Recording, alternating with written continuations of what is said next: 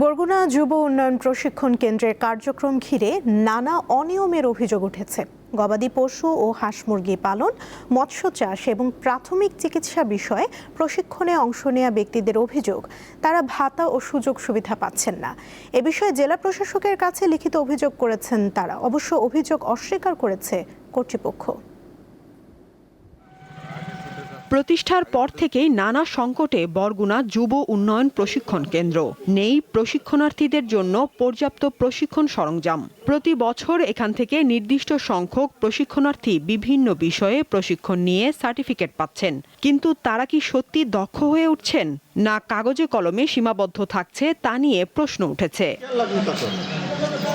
গত ৫ মার্চ প্রশিক্ষণ কেন্দ্রের কয়েকজন শিক্ষার্থী জেলা প্রশাসকের কাছে লিখিত অভিযোগ দেন।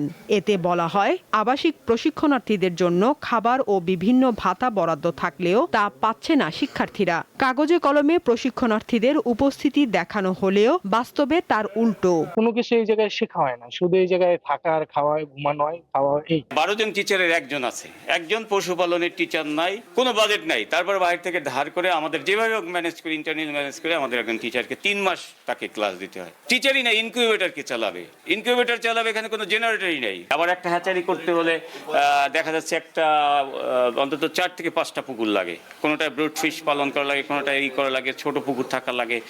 এই সব কিছু মিলে দেখা যাচ্ছে এটা আসলে অনুকূল হয় না। প্রশিক্ষণ কেন্দ্রের তথ্য অনুযায়ী বিভিন্ন বিষয়ে আবাসিক প্রশিক্ষণে শিক্ষার্থী রয়েছে 50 জন, কিন্তু বাস্তবে আবাসিক ব্যবস্থায় শিক্ষার্থী রয়েছে মাত্র 7 জন। অথচ খাবার ও ভাতার তালিকায় স্বাক্ষর রয়েছে 50 জন শিক্ষার্থীর। এমন অভিযোগ অস্বীকার করেছেন দায়িত্বপ্রাপ্ত কর্মকর্তা। 150 টাকা করে প্রতিদিন মানে আমাদের খাবার খরচ বাদে এরকম করা, কিন্তু আমরা থাকি হইলে 15 জন কি 20 জন এরকমের ছিলাম প্রথম মাসে। তারপর থেকে আস্তে আস্তে সবকিছু কমে গেছে। ক্লাস তো করে 25 জনের মতো, 25 জনের ক্লাস করলে এখানে আমাদের সবার সাইন দেওয়া হয়, সেটা তো অনলাইন। সার্টিফিকেটটা পাওয়ার জন্য তারা আসে পরীক্ষা দিতে, কিন্তু অনেকেই ক্লাস করে না। তারা অভিযোগ আনছে। সবথেকে মজার বিষয় হলো যে আমরা এখানে প্রতিষ্ঠানটা পরিচালনা করি, ওরা ওদের যে কষ্টের টাকাটা যদি থাকে আমাদেরকে ফার্স্ট দেয়। অভিযোগের বিষয়ে জেলা উন্নয়ন কর্মকর্তা জানান, তদন্ত করে ব্যবস্থা নেওয়া হবে। প্রকৃতপক্ষে দক্ষ জনবল তৈরিতে বরগুনা যুব উন্নয়ন প্রশিক্ষণ কেন্দ্র ভূমিকা রাখবে, এমন প্রত্যাশা সবার।